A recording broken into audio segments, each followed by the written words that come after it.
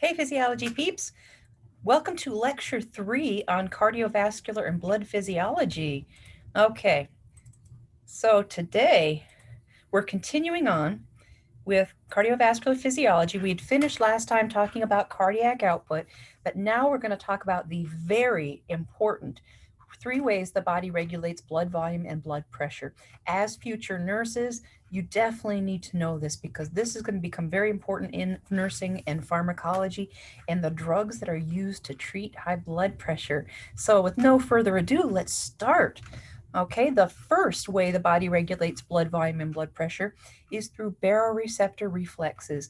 Way back in chapter 1, we talked about the baroreceptors in the aortic arch and the carotid artery that sense when blood pressure is too high or too low. All right, but we're going to introduce a new baroreceptor reflex. The other is the hypothalamus itself. Well, it can affect blood volume and blood pressure, but the hypothalamus, as you'll find out, its goal is not to affect blood pressure, but to affect blood salt content. And then lastly, the kidneys themselves will regulate blood pressure when it's too low. So let's start at the top with baroreceptors. Now, before I get into this, the kidneys are going to be the most important organ system to regulate your blood volume, which will affect blood pressure. And that is how much water the kidneys retain versus how much they excrete out in urine. So if you lose body water in urine, your blood pressure is going to drop. But if you retain water, all right, instead of peeing it out, the body retains it and puts it back into general circulation, that can make your blood pressure go up. Okay, so just keep that in mind. So let's start with review of chapter 1. You should know this very well. In fact, this is going to be the basis for a blood pressure lab report that we're going to be doing. So the baroreceptor reflex involving the aortic artery and carotid artery baroreceptors is part of the quick fix to blood pressure. So the stimulus is blood pressure that is below or above normal range. The sensor is, of course, those arteries because they have stretch receptors in them that can detect the pressure of the blood within them. And then the integrating center is the medulla, which has a cardiac center to affect what your heart's doing, and a vasomotor center, which is for your blood vessels to change the diameter to vasodilate or vasoconstrict. Okay, so one scenario was this. Let's say blood pressure is too low. So too low would be systolic arterial pressure below 80 millimeters of mercury. Now, it's sensed by those arteries. The medulla responds with a sympathetic response because that's too low. We've got to get that back up. So, what happens is you get an epinephrine release, and that epinephrine binds to the beta 1 adrenergic receptor on the heart right here, and that causes heart rate to go up.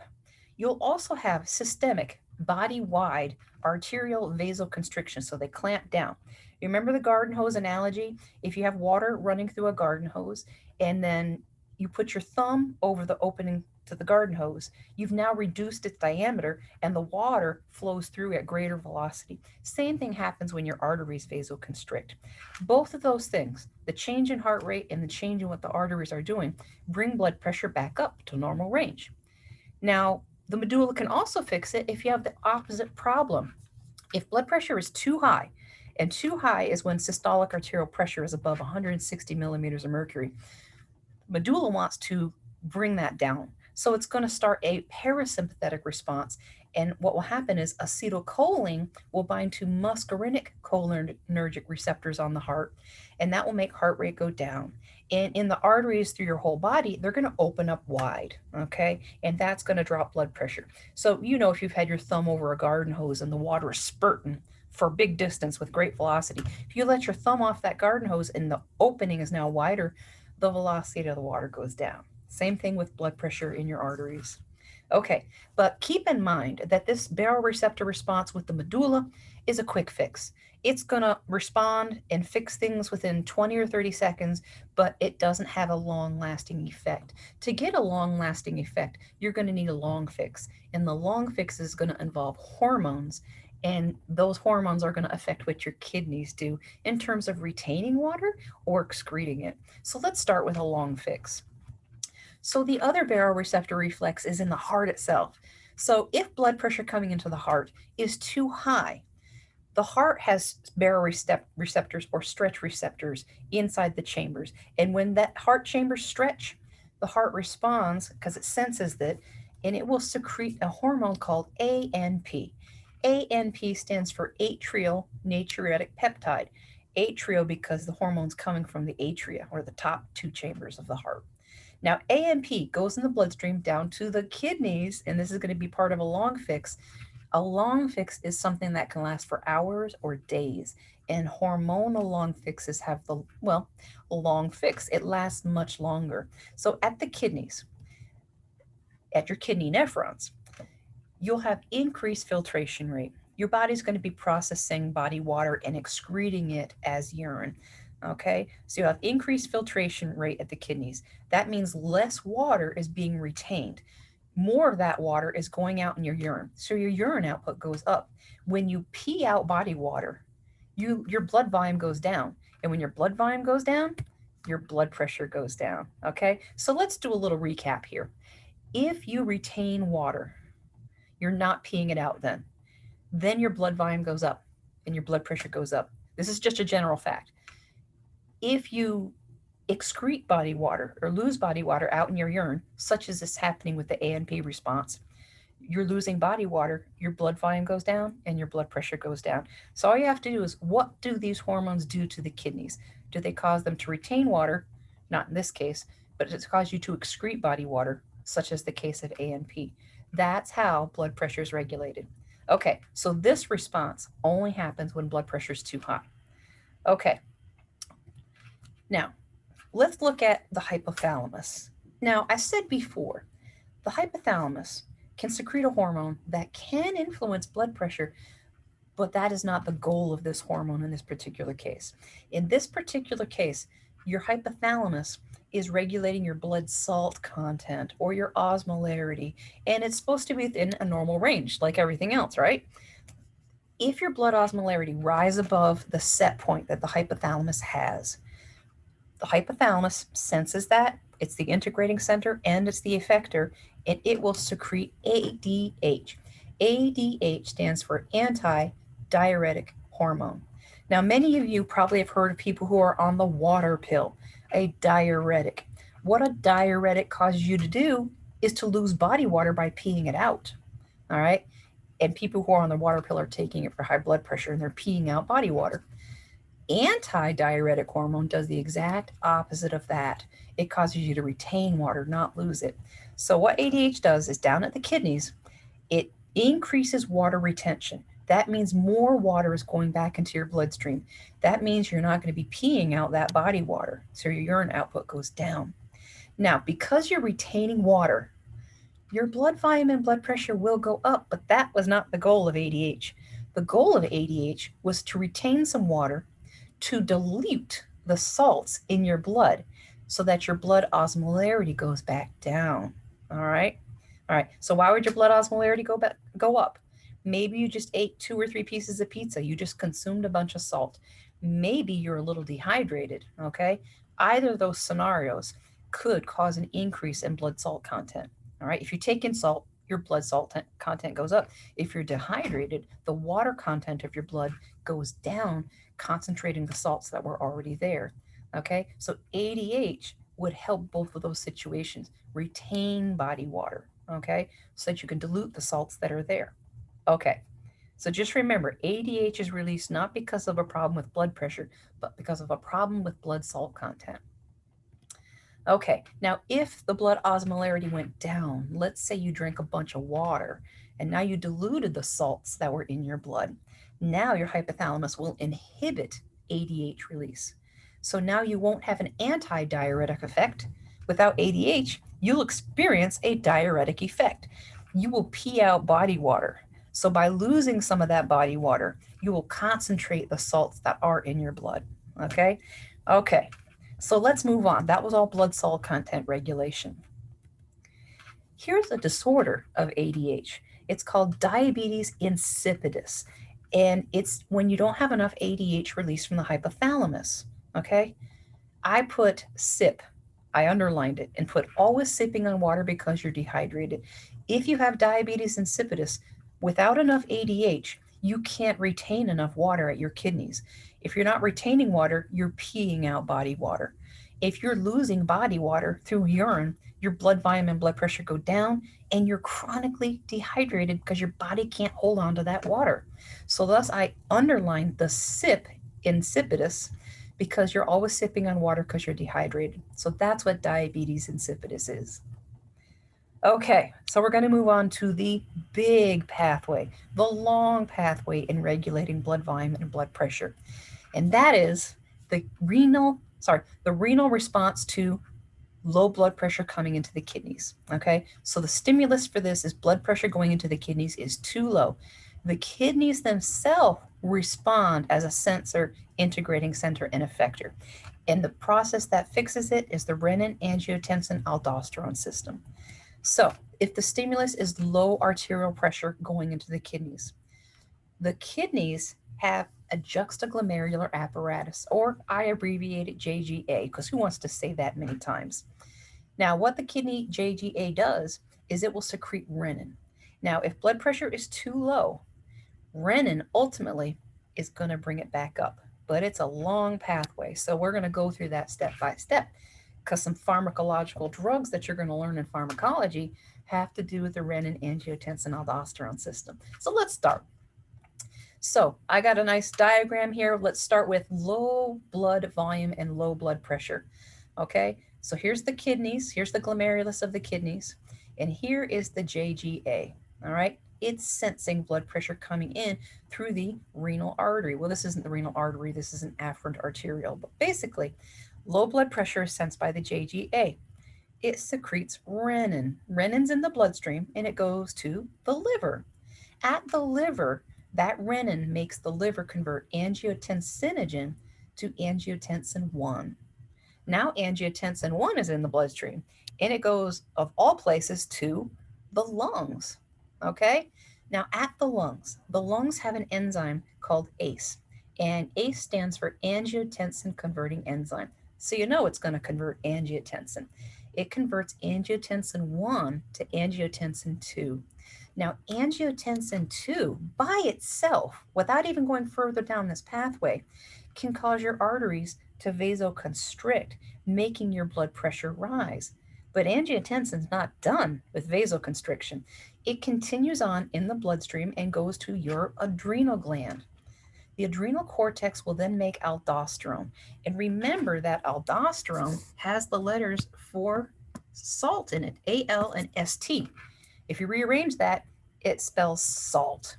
Okay, aldosterone goes down to your kidneys through the bloodstream and it causes your kidneys to retain salt. Okay, let's see if I can get my little pointer here. Okay, so down here, that little red dot, that's sodium, and somewhere in there is chloride. Now, if you retain salt, water is going to follow that salt by osmosis and go back into your bloodstream. So you're now retaining water.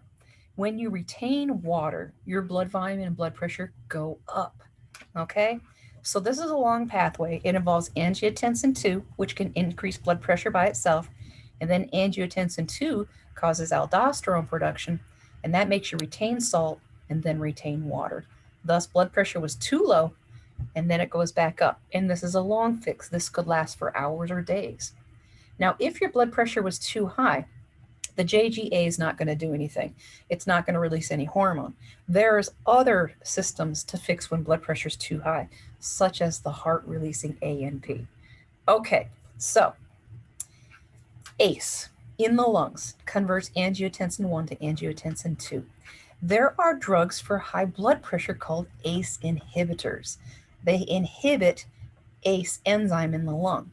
And ACE would convert angiotensin 1 to angiotensin 2, but without that enzyme being inhibited by the drug, you won't get production of angiotensin 2. That means you won't have arterial vasoconstriction. They'll remain dilated. Without angiotensin 2, you won't get aldosterone production. Thus, you won't have salt and water retention. All right? Okay, so here's the clinical app. Let's look at that really quickly, make it big.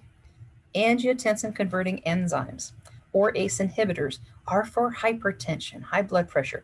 They block the formation of angiotensin 2. They block high blood pressure by reducing aldosterone production. So you don't retain salt and water. You pee them out. You lose body water. And when you lose body water, your blood pressure goes down. All right. And since you don't get production of angiotensin 2, you don't get arterial vasoconstriction. They'll stay more dilated, which also lowers blood pressure. Okay. All right. So let's move on to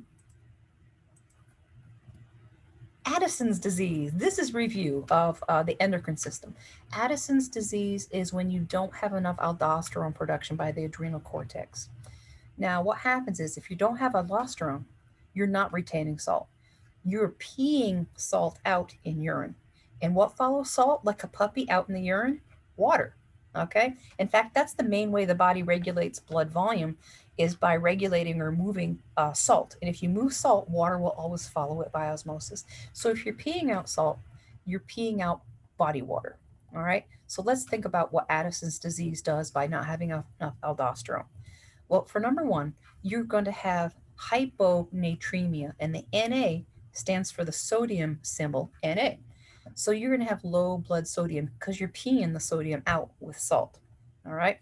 Now, wherever sodium's going, potassium's going in the other direction. So if you pee out sodium in the urine, you're going to be retaining potassium in the blood. And that is, in fact, what happens. Hyperkalemia, the K stands for the K symbol for potassium. Okay. So if you're losing sodium and you're retaining potassium, both of those things can cause your heart rate to drop, or called bradycardia. Now, if you're peeing out salt, you're going to be peeing out body water because it follows it out in the urine. So you're going to be losing body water, all right, by peeing it out. That will make your blood volume low, and that will make your blood pressure low. So that's what happens with Addison's disease, along with skin bronzing, which is overstimulation of your melanocytes. Now, let's look at the opposite scenario and just think about this.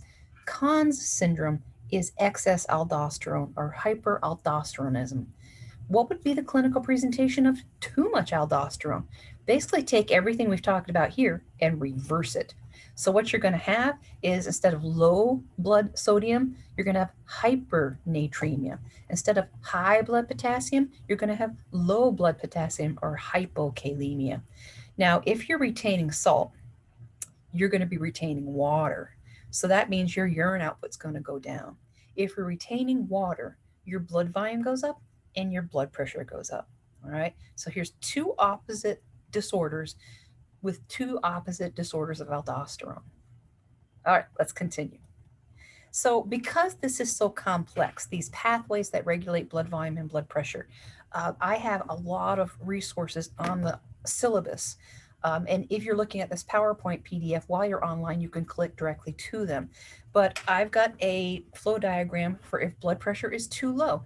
There's two fixes, a quick fix and a slow fix. Okay. So if we look at the blank, two fixes. On the left is the quick fix with the artery baroreceptors and the medulla. The slow fix for low blood pressure is going to be when the JGA secretes renin. So if we look at that, okay, as this flow diagram, here is the long fix with the answers. Quick fix on the left, slow hormonal fix that affects what the kidneys are doing on the right. So those are resources for you guys. Okay, let's continue on. Okay, now, if blood pressure is high, there's two fixes. There's the quick fix involving the medulla, and then there's the long fix. We'll just look at the key with the heart secreting ANP. So now I've got the quick fix on the right and the slow fix with heart and ANP on the left. All right, so let's back out of some of these tabs. Now, the next one will be blood osmolarity, okay? It affects blood pressure, but the goal is to fix the blood salt content. All right, so the two pathways are if blood osmolarity rises and hypothalamus releases ADH versus blood osmolarity drops and the hypothalamus stops secreting ADH. And then the very last is not a flow diagram, but simply a PDF. If you look at this PDF, it uses words to explain the quick fix and long fix for abnormal blood pressure. So if we look here, if blood pressure is too low, below 80 millimeters of mercury, the medulla can fix it quickly by changing heart rate and what your arteries are doing. The long fix is renal artery going into the kidneys is too low. The blood pressure is too low. The JGA secretes renin, which starts the renin, angiotensin, aldosterone system, the long fat fix and pathway. If blood pressure is too high, the medulla can fix that too, but the heart can also secrete ANP. And then lastly, if blood osmolarity is too high or too low, the hypothalamus will step in to fix that. Okay, so that's a big chunk of that chapter. All right, so that is a great place to stop with this third lecture. Okay, so I hope that you learn something about the way the body regulates blood volume and blood pressure. All right.